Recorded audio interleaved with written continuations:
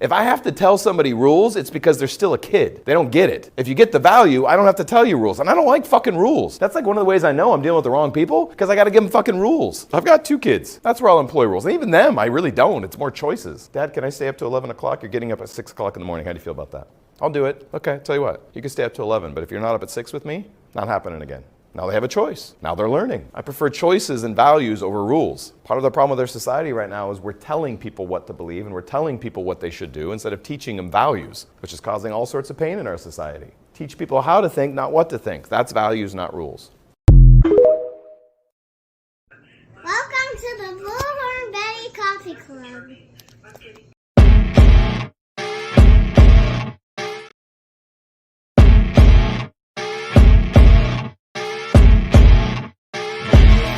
As you wake up in the morning, you want to find the latest, greatest information about criminal cases and have an intuitive conversation about the suspects associated with these cases. Head over to the Bullhorn Betty channel on YouTube.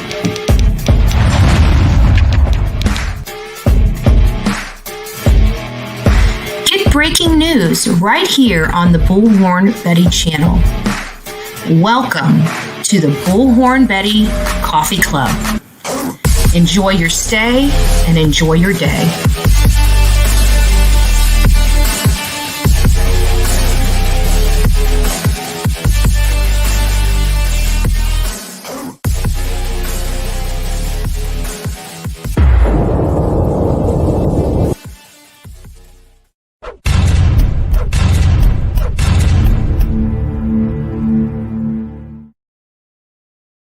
Well, hello, late day. It's already afternoon. Holy smokes. I was going to start a little earlier. So this morning it was ridiculous. I mean, the storm was coming down. It was lightning outside. I was worried about the equipment, so I unplugged everything. And then it started slowing down a little bit, and I was going to go live, set it all up, and then I realized Dolly was live, and I figured I'll go over there but he had an interesting live. So I'll pop in just a little bit, say hi to everybody, pop out and go on about my way and day and whatnot. But it was pretty interesting, pretty interesting to say the least. And I see this morning, I don't even know if M&M Racing is even here right now, because that was before 10 a.m. It's 1 o'clock. So M&M Racing, God bless you. I'm going to skip past all of the stuff from this morning and get closer to the time here. Everybody that was here this morning, thank you for coming over as we kept extending the live and extending the live and extending the live. Oh, Lady O, Gigi for Life, Sonia, Tashi, is it Toshi or Tashi? It's Tashi, isn't it? I do this all the time, don't I? It's nice to see you. Nice to see you, Tammy. Sweetie Pie, Mike's still around. Actually, that was still almost an hour ago. God bless you guys. Naomi. Who else do we have? You guys are just having a nice little conversation over here. Mama, Alabama Mama 4. Did you guys see a few people were a little butthurt over there? I don't know. Obviously it's hard for me to talk about anything related to it in light of everything going on, but I'm just going to say, wow. Enough said.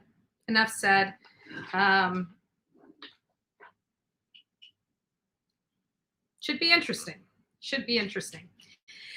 So for all the people that decided to come over here and hang out with me, I just missed something. Oh, thank you, Guidance. God bless you. You're so sweet. We need to get together for lunch. I think we talked about it a while ago, and then we didn't. Oh, we also have an update on the Carlee Russell case.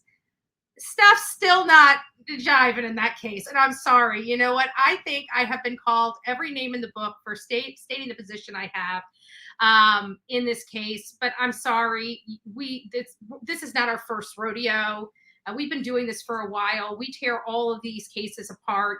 Everybody is seeing the trees and the forest in this case a lot. I shouldn't say everybody, because there's still some people that believe aliens came down and abducted her. So, you know, you just can't, you're not going to be able to sway a whole lot of people. I would like to know why. I would like to know why she did it. But I think right now, with the legal implications, they're going to have to, I don't know, because she's got some guys. This is serious. Like, I did not realize, it wasn't until Plunder came out. I know everybody likes, I think we like Plunder because she's just sweet. She sticks to the facts. You know, she doesn't really put a lot of opinion into it, but she does, you know, state what all these things are. And I think people like that style. I'm a little different. I'm opinionated. I like my opinion to be heard, just like I like everybody else's opinion to be heard. Not their hate, their opinion, right? Well, I tried. No, you came over here and you were pretty nasty. That's why you were kicked out, right? It wasn't really about your opinion. It was about spreading hate. There's a difference. So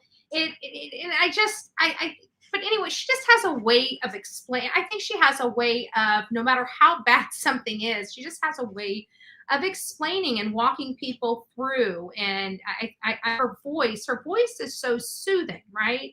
I think that's you know, she just has a very soothing voice when she talks. And so, long story short, she was going through this, and it was. At that time, I realized how, and no, it wasn't actually, I think I'm mistaken, because I did watch her on another thing, but it was Christina Randall. Is that the one? I think that's the one. And she was the one that said that, that's the one I was watching. I think it was Christina Randall. And she was going through it, and she was explaining, she's like, you know, law enforcement was really on this. I did not know that. It wasn't until her reporting that I realized how on top of it that she was.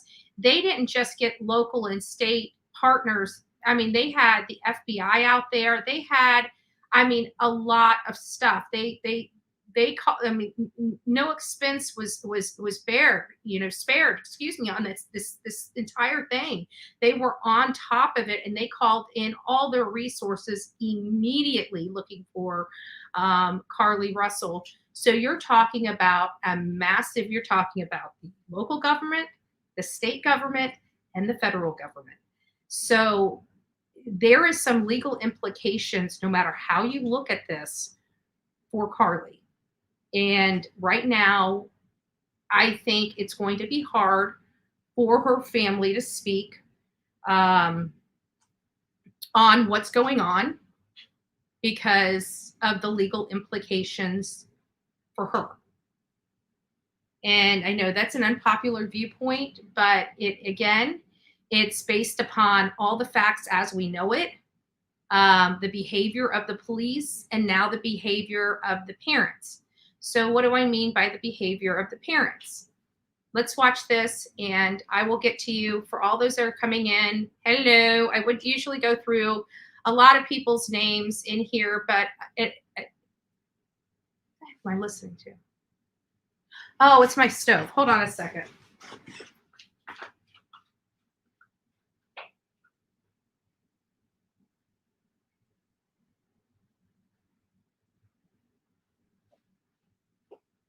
Oh my God, I kept hearing a beep. I kept hearing a beeping sound, right?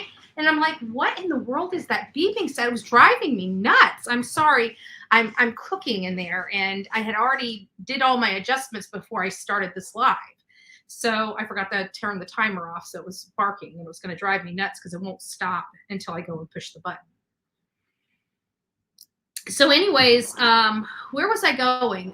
Sorry, I was a little sidetracked. Oh, so I want to watch this. I didn't watch it entirely because already right from the beginning of this, I could already tell they've already met with an attorney. They've already got an attorney they already got a statement from the attorney. They can only say this, that, or the other. It was probably recommended that the attorney, that they went to public. I think it was causing too much pressure for them not. But listen, when we get done here, I think I have an idea of what we can do to help everybody involved. Truly help everybody involved, because if what they're saying, let's take this as true, right? Let's listen to their statement, and then we'll be back. Then we'll be back.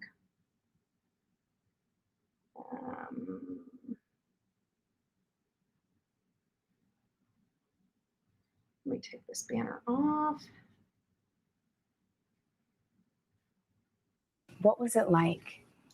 To me, I mean, just so much joy. This morning, in an exclusive sit-down with NBC News, the parents of 25-year-old Carlee Russell are speaking out, describing the moment their daughter appeared on their doorstep after being missing for more than 48 hours. What did you do when you saw her? We tried to hug her as best we could, but I had to stand back because she was not in a good state. So we had to stand back and let medical professionals work with her. But it's okay. Last Thursday, police say Carlee called 911 to report a toddler walking alone on the interstate. She pulled over while on the phone with a family member who described hearing Carlee scream. Her vehicle's unlocked, running, all her personal belongings except for her phone. On the scene, police found no sign of Carlee or a child, and they say no children were reported as missing during that time period. The Russells waited in agony until Saturday night. There were actually just so many calls and texts from people who maliciously lied to us. I just didn't know. That's horrible. People could be so evil. This is, it's stuff like that that's wrong with social media. But, we have to understand there are a lot of sick people that have nothing to do but sit home and be on the computers, because we think of ourselves and our lives. We're not thinking of it in terms of the life of somebody that has mental illness and can't hold a job, or something like that. And these people, when they get information such as, a lot of people make mistakes, like even Carlee's mother, by putting her cell phone on the missing persons flyer. That's a major no-no. Open a Google phone, a voice account. I know it's hard to think of these things when all you're doing is panicking and frantically looking for your loved one. But, for those that are going through this, that have friends that might be listening, help them, guide them, make sure you're bringing this stuff up, especially in a situation where things are moving so quickly and you're terrified and you're not thinking correctly. Sometimes those friends are the ones that help you and remind you not to do certain things. So it's really unfortunate that people were intentionally reaching out to her and misleading her and misguiding her. I can't even imagine. I really can't. Authorities have not indicated where Carlee was during the 48 hours she was missing or what happened. Her parents declined to share what their daughter told them, citing the ongoing investigation. And can you tell me what happened Saturday night? Did you just get a knock at the door? Anything leading to the case itself, we can't discuss that. But they say so anything leading to the case themselves, they cannot discuss. And there's a different one out there, and I'm going to see about that one. But speculation about the circumstances surrounding Carlee's disappearance are only making things worse. She's having to deal with the trauma of people just making completely false allegations about her. Her family now urging the public to let the investigation play out, but mentioning an abductor. Her mother asking to read a brief message to the public. This is the prepared message, and this is what is making me feel, making me lead to the conclusion that they've already consulted an attorney.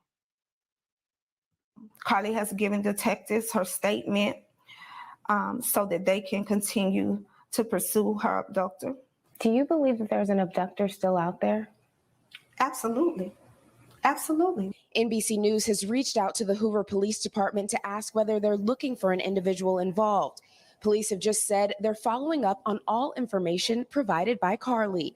And when I talked to you all on Saturday, you also said your daughter is a fighter. and she would find a way back to you. I felt that in my heart. Is that what happened? She did. She found her way back to us. However, we can't discuss the details of that. That is my problem. And we can't discuss the details of that. I feel their pain. And I'm looking at the father's face, and in light of him not wanting, I don't know, we'll continue to watch this to see if he speaks at all. But I'm also noticing his behavior. And his behavior, you see him almost looking down and shaking his head in disappointment at times through this interview. So I don't know, how I'm taking it. I could be reading it completely out of context, but we'll go over a few other things. That if this is true, maybe we need to help out. And if people in Birmingham are in danger of a madman running the streets, abducting women and holding them hostage for 48 hours, then the public needs to know. And I think we need to have an email campaign or a mail campaign to the Hoover Police Department, asking them why are they allowing the public to be in danger and not notifying the public of this major issue that could endanger the welfare of other women in the community, single women, unknowingly and unsuspectingly driving and using whatever, a mannequin or a little boy as bait, because I mean, at this point, Hoover Police Department, you've got some explaining to do here. I haven't heard from them. I don't think. We'll see. We'll see if Hoover Police Department has anything to say. But I'm pretty sure it's pretty much what we heard on here. They're doing a complete and thorough investigation. That's not very comforting to me in light of knowing that the details of the case and the pleas of her family, that there is an abductor out there living among them, injuring women.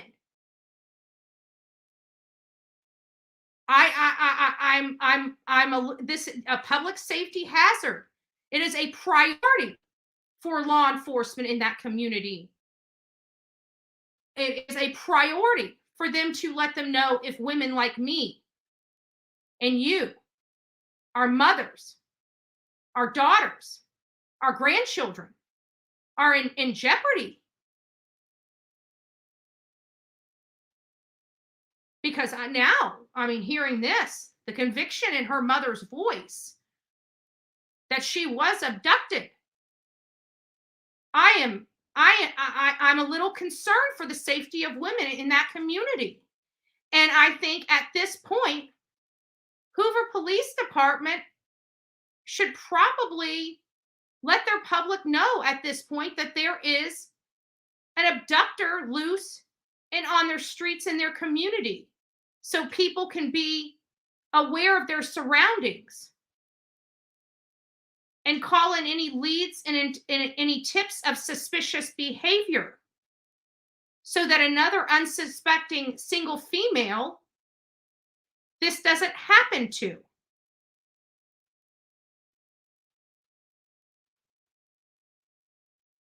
So we'll continue to hear what they have to say. But at this point, I am gravely concerned for people in Hoover, Alabama, and even more confused as to why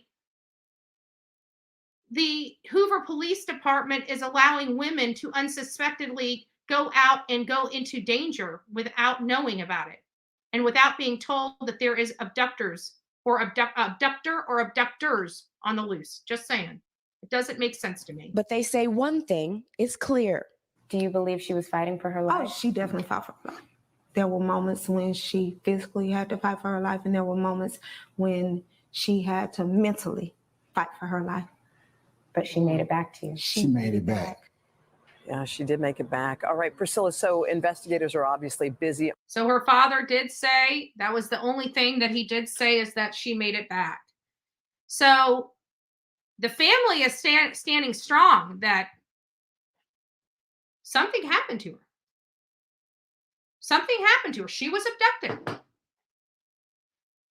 So I'm curious, and maybe that's what we need to do. We need to start emailing them, having an email and mail campaign, and asking them, why are they allowing women to not, why aren't they issuing a warning to women in their community? Because this is scary to me.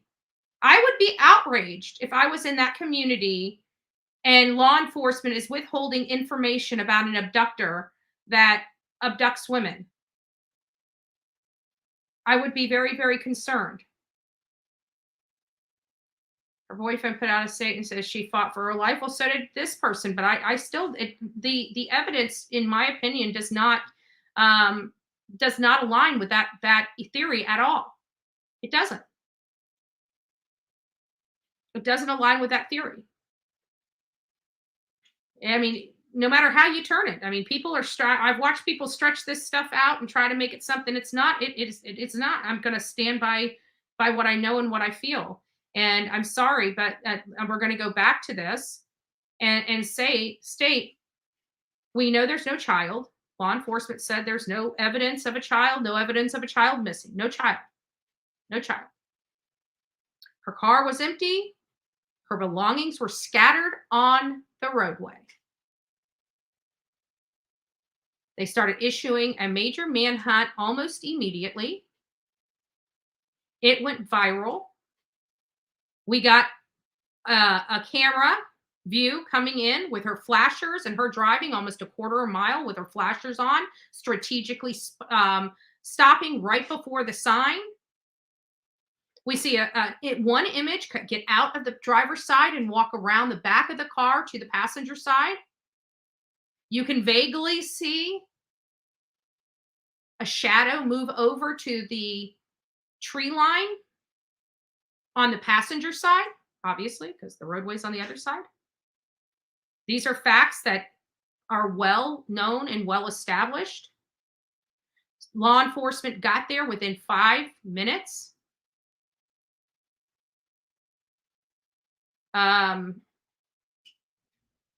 This case blew up.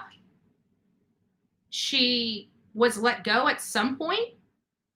She didn't flag down a motorist. She didn't wave down a person. She didn't make noise after being held captive and let go. I don't know about you, but I would be thinking if I was fighting for my life and finally got out, that I would be screaming to from here to kingdom come, running down the road, making a scene, if nothing more, just running as hard and as fast as I can. And somebody would have seen me.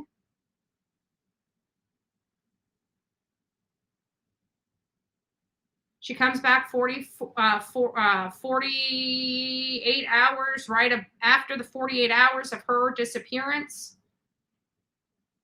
She goes to the hospital. Law enforcement has come out and said there's no kid. And they're looking into the investigation. They have not made no mention of an abductor. If this was somebody that she didn't know, first of all, let's look at it as if it was somebody she knew. Maybe it was somebody she knew. Maybe that's why they're not going public with it, right? How would somebody that she know that she was going to stop her car at that location on the interstate at that time of night? Who would have known that? Who would have known that? Who would have been able to look at a crystal ball and know that was going to be the perfect storm right then and there where they could abduct somebody that they know? How could that be a possibility? And if the abductor was in the car, what abductor would allow her to actually call 911 and put 911 on their tail? Who?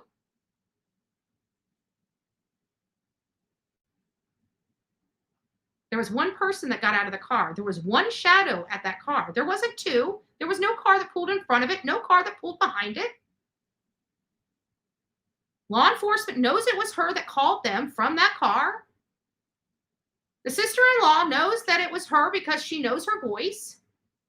The scene was staged as if there was a struggle, including the hair, the wig being on the ground, the phone, the Apple Watch being in the purse, no trackable, traceable items on her. Sounds pretty strategic.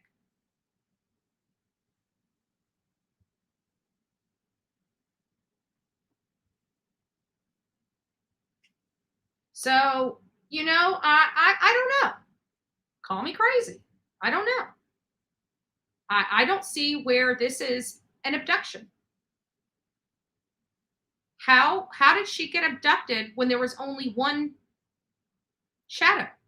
And my question would be, well, if she walked to go get help or something like that, or to walk the little boy off the interstate, and then she was abducted somewhere off the interstate, why didn't, you know, like the cops are like right there. I mean, before she even walked a mile, the cops were behind her car. She had to have seen the cop lights. Why did she turn around and go back? So, you know, I'm sorry. I feel, and then I hear the mom read a statement written by a law firm. I'm sorry. That was a statement written by a law firm. Prove me wrong. Prove me wrong, right? Prove me wrong. She just read a statement from law enforcement, or not law enforcement, an attorney. And if she had to read that statement prepared by the attorney, that means her daughter's in some hot water. And they have to maintain that her daughter was, because if her daughter was not abducted, that's serious. And if she lied to one of those FBI agents, that's what that Sarah girl from California that tried to, you know, do a hoax, and 18 months later, she ended up getting convicted because she lied to an FBI agent. And FBI was involved in this case. I did not know that. She is in some serious trouble if this is true. But based on the fact that the only people saying that she was abducted and fought for her life is her boyfriend and her mom. You know, no law enforcement has come out. And I'm sorry, if she was abducted, the behavior of law enforcement, and I'd like anybody to debate me on the facts. Sherry Papini. That's it. I'm sorry, Sherry Papini. And you know, I'm sorry, but challenge me on the facts.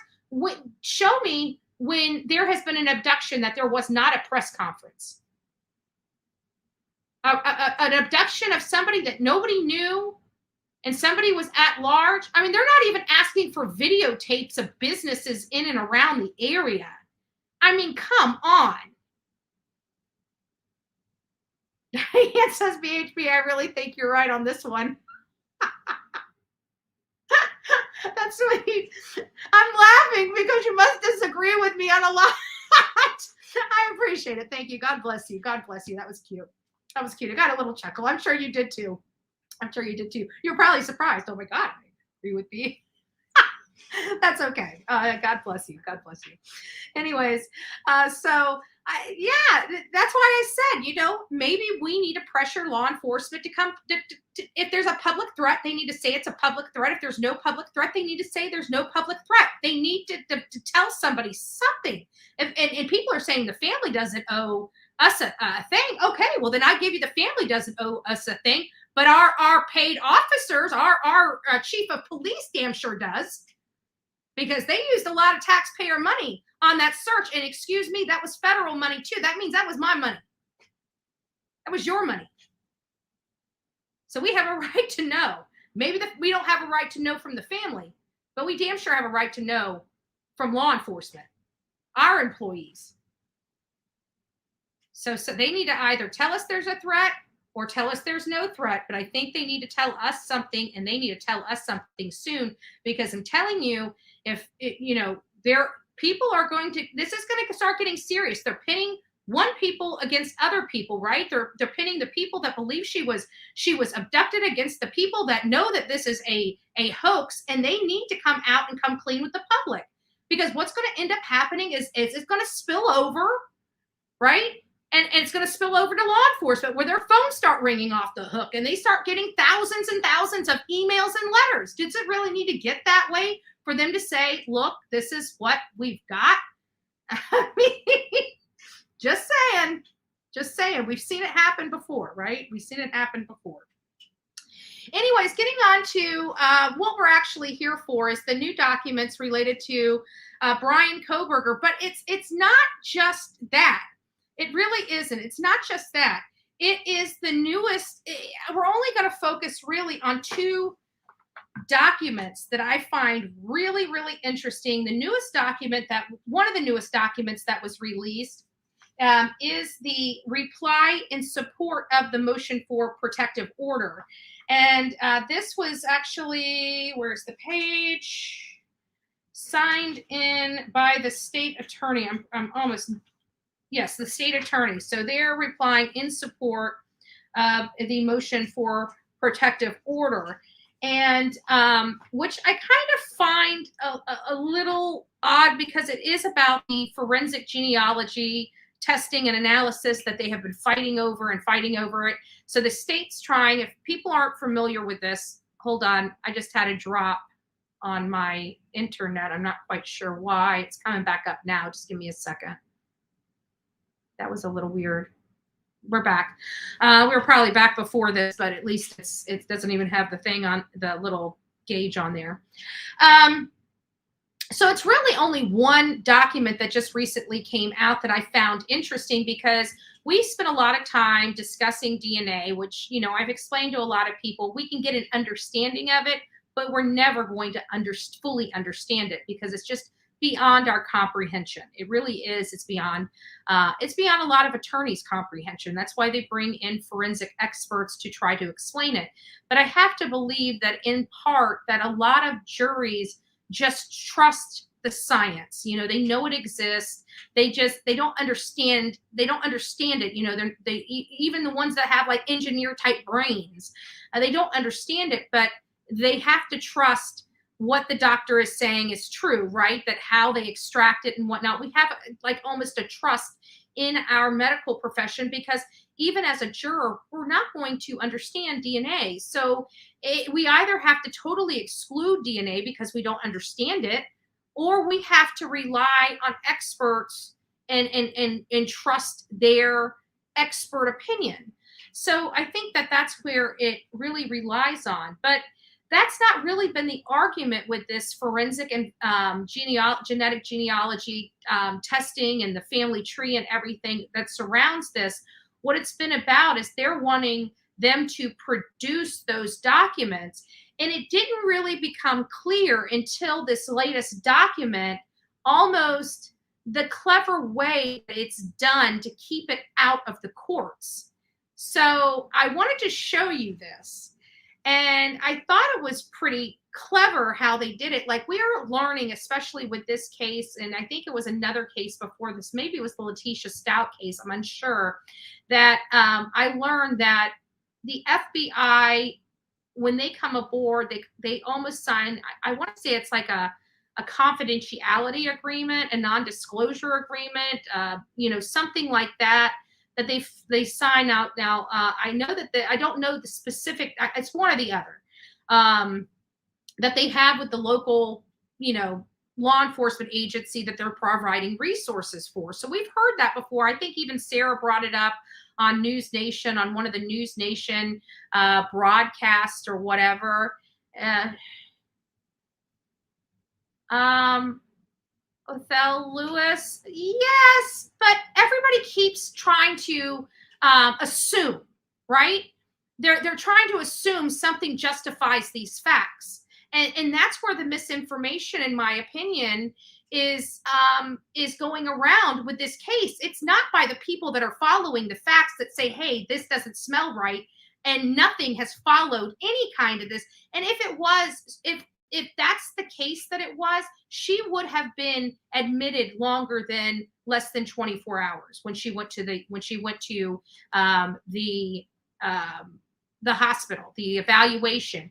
If she had been previously, you know, wanting to unalive herself, they would have admitted her. They would have been required to admit her under law, under a Baker's Act.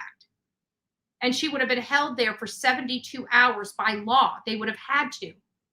They would have had to. Their hands would have been tied if that was the case. So that eliminates that at all, because she did go and get evaluated at the hospital. That tells me right there it wasn't that. And if she had a mental break, even if it was all cleared up, but it was at the time that this happened, they would have been required to admit her, and they would have been required to evaluate her, and most likely Baker Act her because of that break. They would have had enough to justify Baker acting her. She was out in less than 24 hours. So that tells me right there that those are eliminated. Now, you can call me crazy. You can say I'm lying, but you can also go and check to see if that's true. It would be true. So I promise you, it's not like I want to accuse somebody of doing this. I don't need a click and a view that bad. I really just don't. I know everybody wants to say, oh, it's a click and a view. It's a click and a view. Oh my God, she's making so much money. Are you kidding me? If you're going to keep saying that, then why bother watching me? I must have nothing to talk about. It must all be about money, money, money. Seriously. I'm not misleading you. I'm not lying to you. We can speculate all we want, but the facts are the facts. We watched them. That video, that traffic cam video, was very telling. Very telling. And people may want to, dance around and dance on eggshells and be nice and all this stuff. That is not my personality. I'm a blunt person. I tell you like it is. I tell you what you need to hear, not what you want to hear. And I'd hate to break anybody's heart, but you guys, if you guys are on this whole thing of her being abducted, you guys are going to be sorely let down. Whether it's today, tomorrow, in a week or two, you're going to be sorely let down. Okay, I hate to break it to you, but I have watched law enforcement's behavior long enough. We all have. You want to deny it to yourself. You want to be in denial, then be in denial. That is your absolute right to be in denial. I'm telling you, what I just saw was a mother that read a statement from an attorney. Why is an attorney involved? It's because her daughter is in hot water. So you guys can flip it. You know what? Call me all the names in the book. Say that this has something to do with this or that or the other. I really don't care. You don't like the truth? Don't come to the Bullhorn Betty channel. Right? You want people that worry about your feelings and all that. That's not this channel. There's other channels for that. There's other channels for that. But you guys are going to be sorely disappointed. Okay? I hate to break it to you. But whenever it happens and you say, oh my God, Bullhorn Betty was right. She wasn't just trying to be mean. She was just trying to tell us the facts. She was trying to help us interpret them. Right?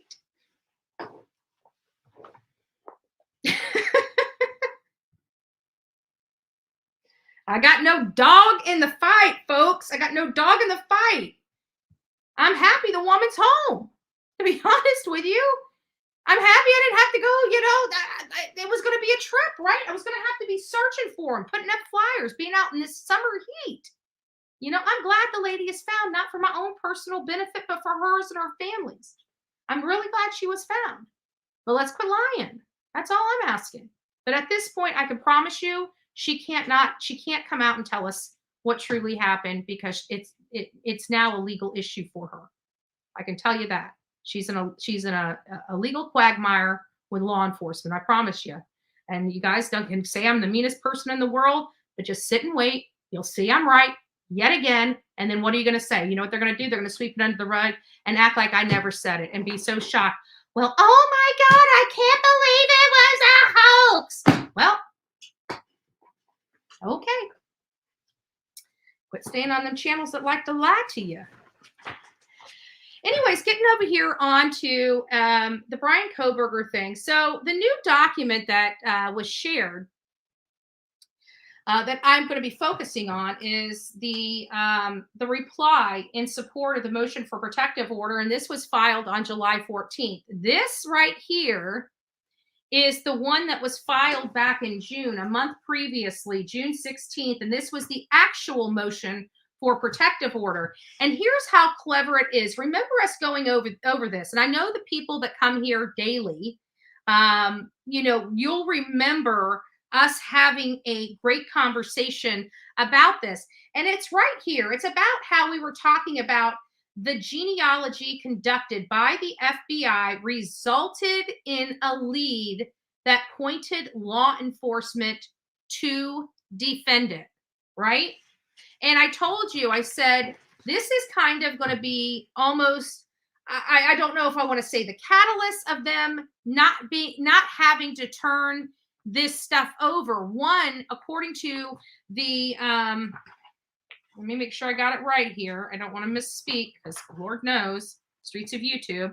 The United States Department of Justice interim policy, forensic genetic genealogical DNA analysis and searching, according to their rules and criteria to be able to utilize this process, they are required at the end of their investigation, they're required to remove all of that, and they cannot contain, or they cannot keep or maintain any biological evidence, or keep any biological evidence or any kind of reports. They're not allowed to keep that. They have to destroy them or delete them.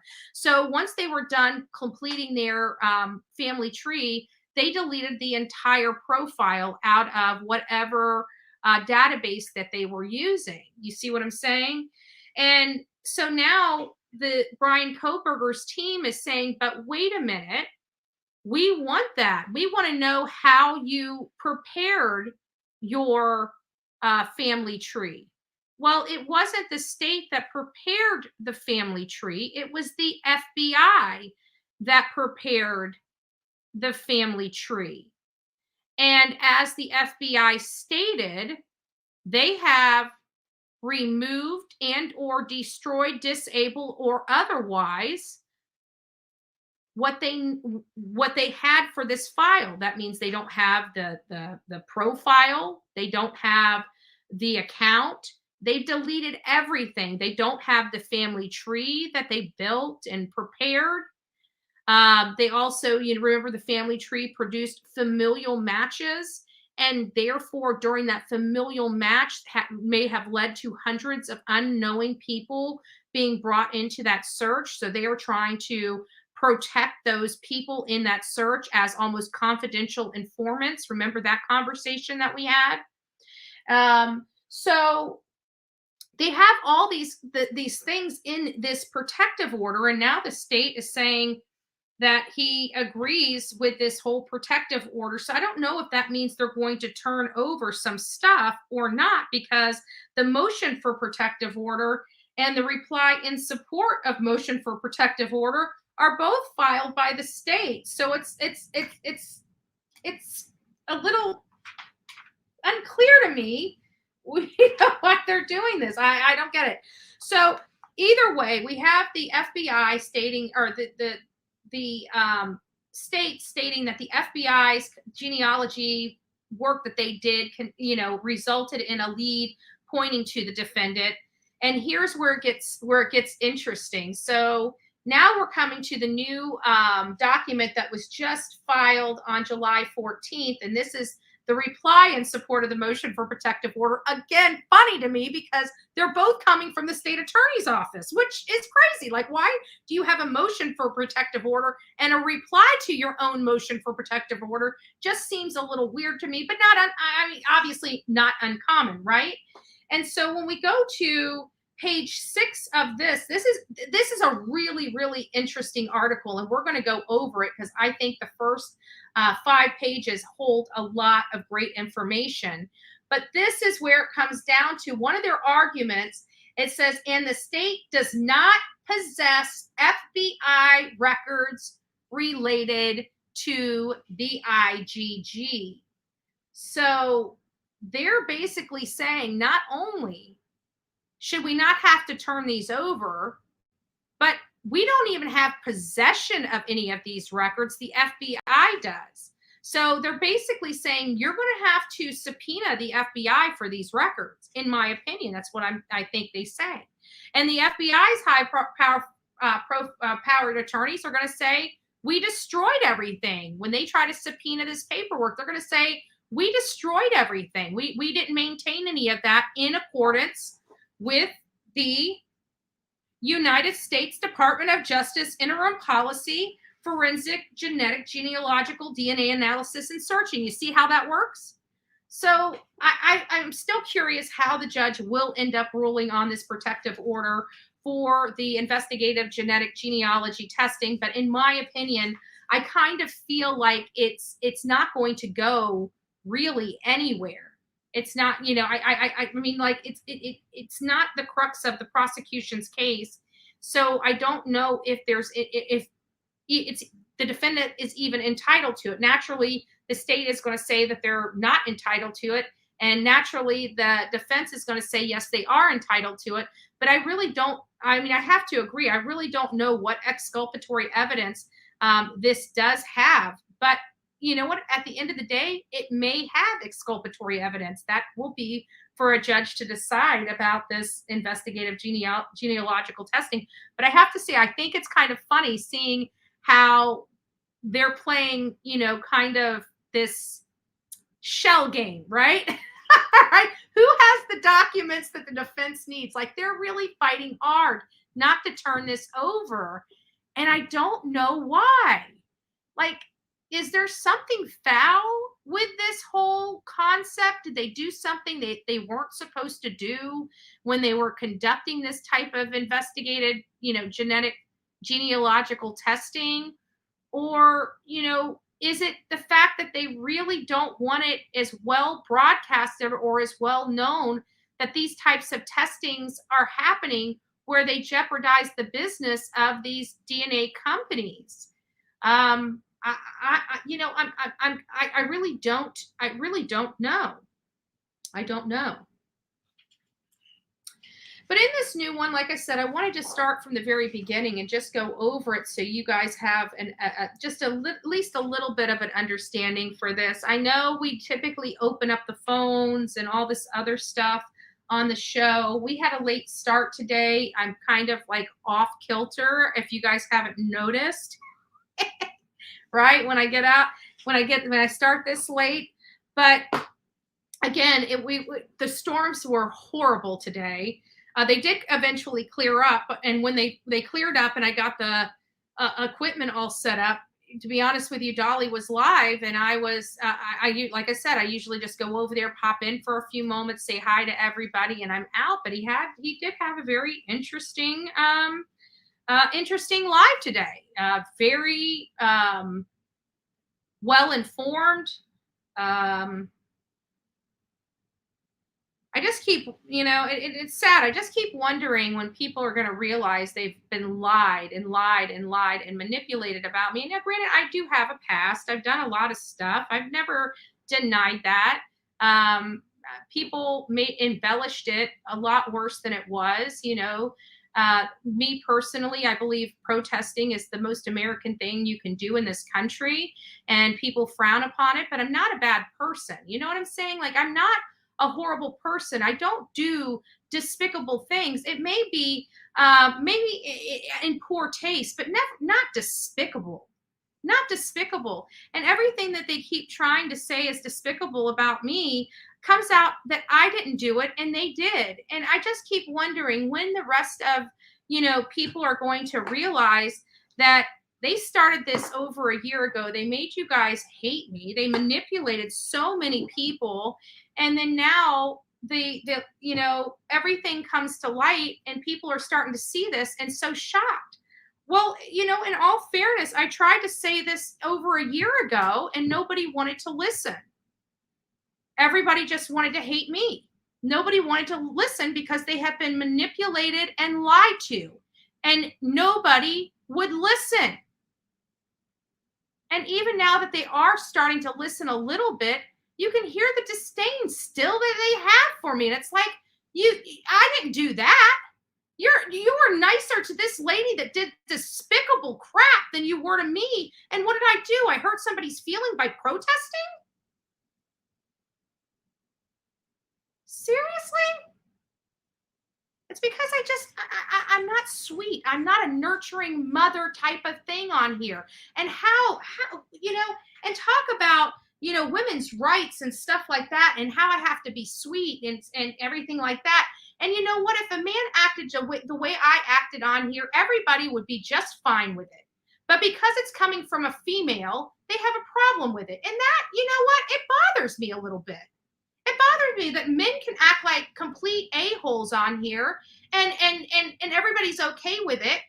I come out here, I speak the truth with a little bluntness, you know. People have stupid comments. I say they're stupid. They get their feelings hurt, right? I'm sorry. How about that? You guys, I'm sorry. That's just me. That's just me. Not always nice, but just me. And so I just keep wondering, you know, after all of this, you know, when are they going to truly take the blinders off? You know, it took this. It took 1.5 years to get here. And they still gave her an opportunity to explain herself. When have they ever given me an opportunity to explain myself? Just saying. Sorry. Maybe I am a little sour. Let's see you know what is going to end up happening? They're going to end up trying to turn this around somehow about me. They're going to try to attack me because they just got caught with their pants down, right? I mean, the only pants that have ever fallen off of me is the one in an affidavit. Ooh, so be it. So be it. And that still wasn't near as despicable as this.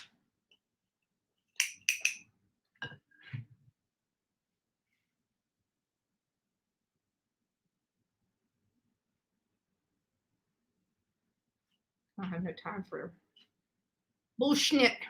All right, so getting back to the page 1 on this.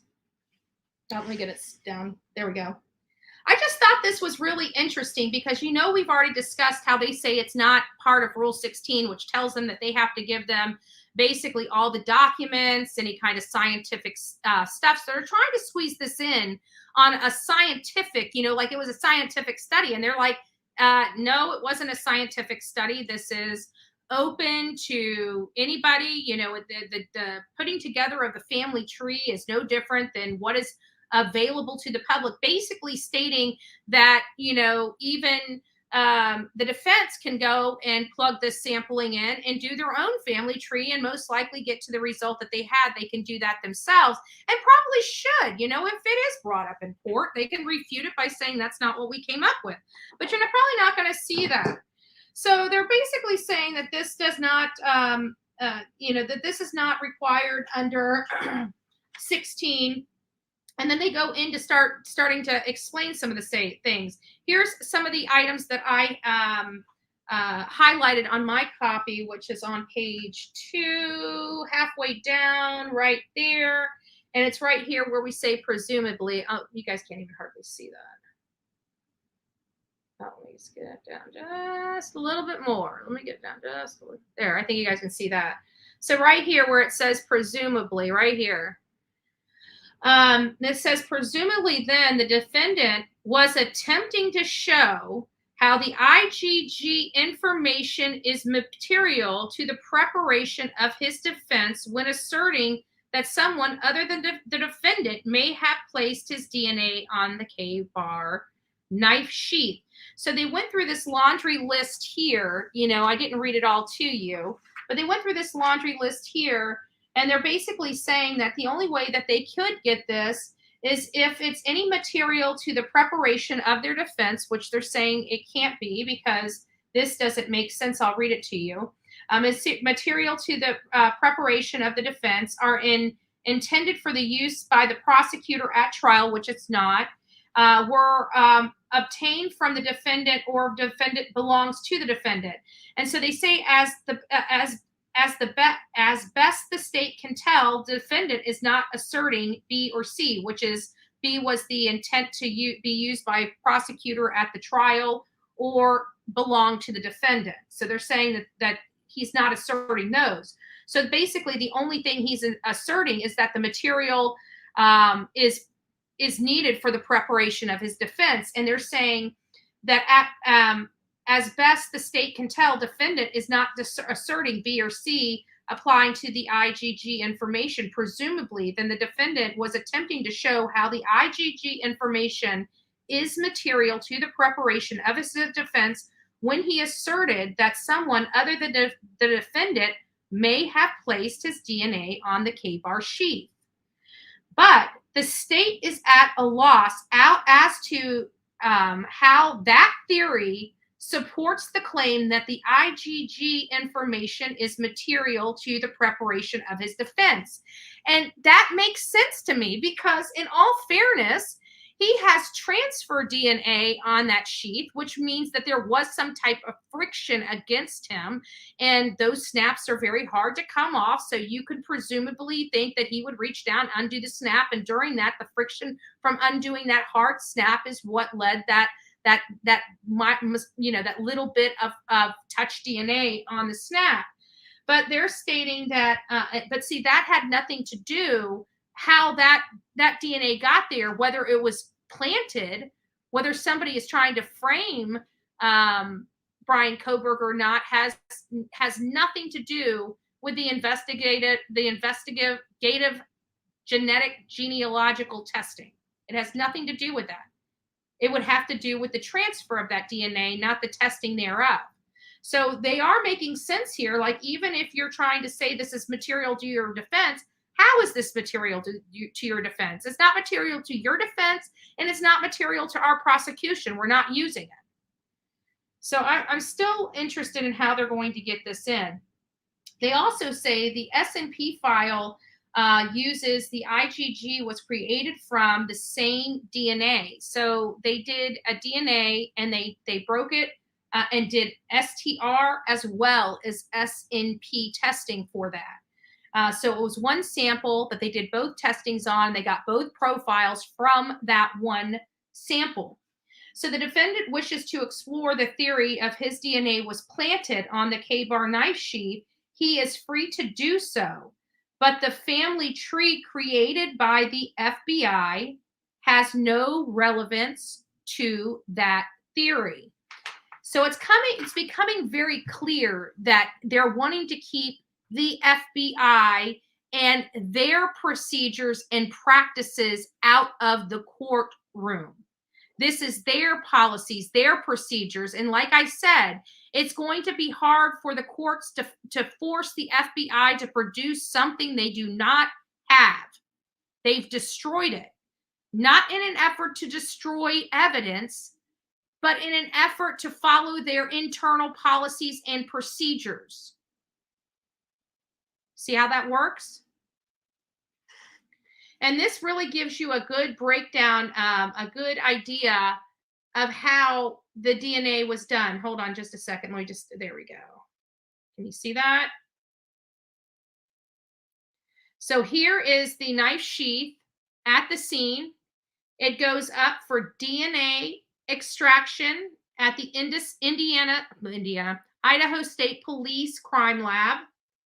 The SNP profile created by private labs. So they sent the DNA profile over to the private lab, which made the SNP profile. They also sent the extracted DNA, the same DNA strand, over to the Idaho State Police for the STR profile, which was then created. Here's the Idaho State Police. What they did STR profile used for CODIS. They did STR profile used for comparison to DNA from the buccal swab. So that, I believe, would be not the buccal swab, the buccal swab. And I believe that would be for Bryan Kohberger. The STR profile used for comparison to DNA from trash. So they were finally able to make that connection with Bryan Kohberger's DNA. In conjunction with that, at the same time, the private lab is making the SNP profile, which is going up to the genealogical databases. The genealogical research is done. Defendant's name is provided as a tip to local law enforcement. So it's like they're doing this whole dance around the discovery issue of this investigative genetic genealogy testing. And this is also another reason why I think that there is going to be some major reform on this, and that at some point the Supreme Court will step in on this matter, because they're doing this without any kind of search warrants. And these DNA database, they have our DNA in there unknown to us under false pretenses, right? Like we're wanting to know where we came from in this world. We're wanting to know our background. We're not giving that to law enforcement to test it, to find criminals. And people be like, why wouldn't you want to do that? That should be my choice. And I was not provided that choice when I signed up. I signed up many years ago. So they have my DNA long before it was ever even used in criminal cases. And that is a problem, and if they're going to do that, they should have to have a search warrant, because the search warrant is the balance of power, right? It makes them justify being able to use this against somebody. And if it's fallible, that should be challenged as well. And they're preventing it from being challenged by the defense by leaving it out. So I'm interested on this argument. DNA has been around for a really long time, but as DNA is around for a long time, there's going to be different types of arguments that are going to go on for this. They would have gotten to Bryan Kohberger, in my opinion, without the investigative genealogical testing and research that was done in that family tree. They would have gotten to Bryan Kohberger as well. But again, this is the FBI. The FBI is providing resources, and they're going to utilize anything at their disposal to assist in that matter. And one of this is the family tree. And they were also able to come up with a name and give that to law enforcement as well. So you already had, Wazoo reaching out to them saying, hey, we found your white Elantra. It's registered to a Bryan Kohberger. Then you have FBI reaching out to them saying, hey, we did get we checked the family tree. It looks like it's coming right to your guy that has the white Elantra, that Bryan Kohberger guy. Then they go and get the trash. They take the trash. They test it against the knife sheath, the other side, and they're like, okay, well, we're getting a hit. This is 100% the person's father, So they would have gotten to Bryan Kohberger even without the FBI's assistance in this respect. If they removed the investigative genetic genealogical testing and research and family tree out of this, they would have still been at Bryan Kohberger's front door. So I think it was more of a corroboration, more so than leading to his arrest, making it really not exculpatory in nature for the defense. So I'm interested in how the judge will rule on this. I'm thinking that in light of the resistance from the state attorney and the arguments made and the clear reading of their law, it's going to be hard for this to be turned over unless for some reason the judge is just erring on the side of caution. And I'm pretty sure that, this judge doesn't seem like he's got a whole lot of experience with high profile cases like this. But, the law's the same, but I just worry about him being so nervous of making a mistake that he actually makes a mistake. So that's my 2 cents, guys. I'm glad you guys were here this afternoon. I hope you come back for the coffee club, which is 6:30 to 8:30 Monday through Friday. And on the weekends, we're going to start kicking it off a little later in the day so we can grab some of the people that like to sleep in, right? So I am doing this. I am back on TikTok. I am trying to build the channel back over there. We do good at some, and some we don't do. Just like over here, it's no big deal. But I do a lot more short videos over there. So if you guys like just a little bit spurts of information and you like it in more of a condensed form, I go over there and I do 3-minute videos or less. Like even here, my short videos on here are 8 minutes or more, and my lives. So if you want the shorts and you want the little spurts of information, check out my TikTok page. I'm over there at Bullhorn Betty, guys. So I hope you have a wonderful day. There is a creator over there that I just love, love, love. I don't know. It's his voice. He's just amazing. He's just this inspirational guy. I don't know. He always seems to say what we always have on our mind, or we always need to hear. So I'm going to be playing him on our way out today. So if you guys are over there on TikTok, don't forget to sub him up. It's Jesse I don't even know his last name, but he's just a godsend. I just love his stuff. And I literally, I don't know, just the soothing voice. And not only that, he actually sells glasses. Those glasses on his face, he actually sells them. And he sells them for a reasonable price. So if you guys are ever out there and you guys want to do something, you guys love those glasses. I love those glasses. I might just have to get me a pair. We'll have to see. Yes, I'm pretty sure, yes, he's married. And it sounds so funny because you wouldn't believe that he's married because he talks about such sad, sappy stuff. It seems like he's like the one with the most broken heart in the whole entire world. And he probably has the best marriage in the world, right? So it's just interesting. He's an inspirational person, and he really just seems to be very impactful and moves me. Like some of the stuff just moves me.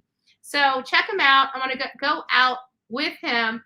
Anyways, guys, have an amazing day. God bless each and every one of you. I don't know who need to hear this. Here are 9 things that you should understand about life. Number 1, even if you trust someone, keep some things to yourself. The less people you have in your business, the less drama you have in your life. Number 2, if you want to build something worthwhile, be ready for criticism, but accept both compliments and criticism, because it takes both the sun and rain to grow a flower. Number 3, your mental health is way more important than your career ever will be. If taking care of your mental health means letting someone down, then let someone down. Number 4, you become an unstoppable force when you realize you can do it alone. So don't be afraid to walk alone, and don't be afraid to like it. Number 5, be okay with people not liking you. Most don't even like themselves. Remember, people don't have to like you, and you don't have to care. Number 6, not everything will go according to plan. Always be ready to adapt.